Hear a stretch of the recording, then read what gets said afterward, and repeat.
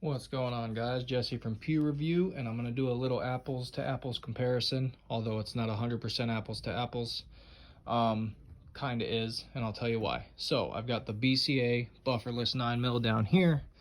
If you want to see a video of ammo it likes and ammo it don't like, go check out my previous video where I did my first initial test fire, and I was using the Colt Mag lower at the time. So it did okay, but I had some feeding issues, and then anything past ball ammo, I had serious issues. So go check that video out. I'm not trying to get off on a tangent. I'm just doing a little apples to apples comparison here. So same barrel length from PSA as BCA, except they got this obnoxiously like 2-inch long little muzzle brake on the end. As far as that goes, you could see the handguards are pretty much, BCA is a hair longer. The barrel's maybe a 1/2 inch longer overall than my PSA. But in total length comparison, not a significant difference. So this is my current truck gun. I keep that in a bag.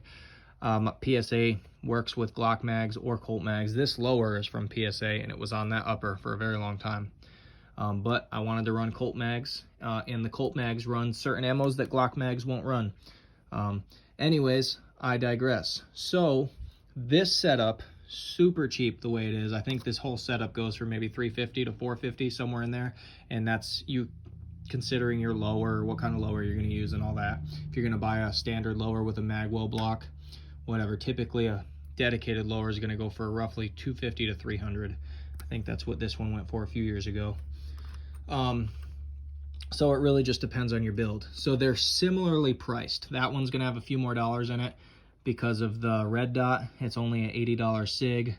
It works great. It gets the job done. This is a 50-yard gun as far as I'm concerned. The Odinworks brace was about 300 bucks.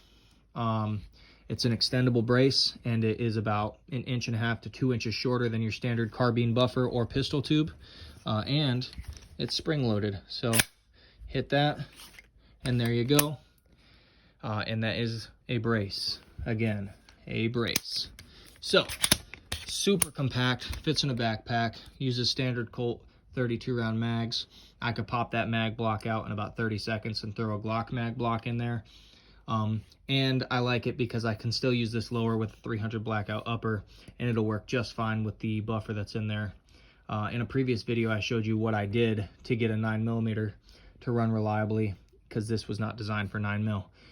But I still have last round hold open and all that. I digress. Apples to apples though, if you were to buy a side folder brace or SBR this into a side folding stock, it's gonna go for about 200 bucks. So you're gonna have another $200 in there. I haven't really found many too much cheaper than that, and some go for significantly more. So that's your options, plus whatever optic of your choice. So that's still gonna continue to be my truck gun, PSA Gen 4 9mm.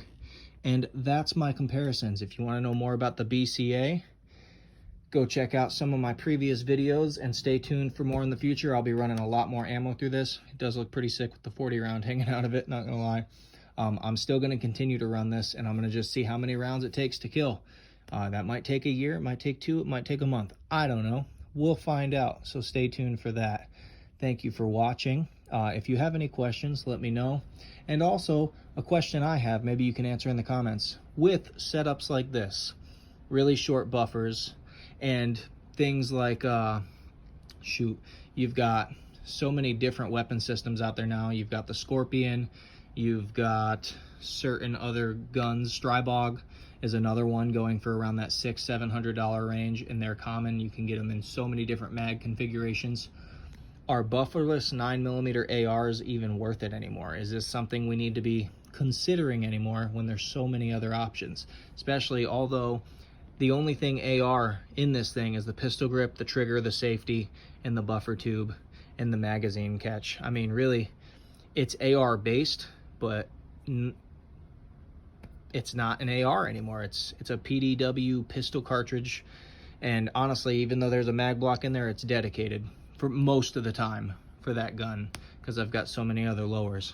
So that's the question I have for you guys. Answer in the comments, Is this a day late and $1 short on these bufferless 9mm ARs when there's so many other options out there that aren't too much more expensive in comparison? Thanks for watching.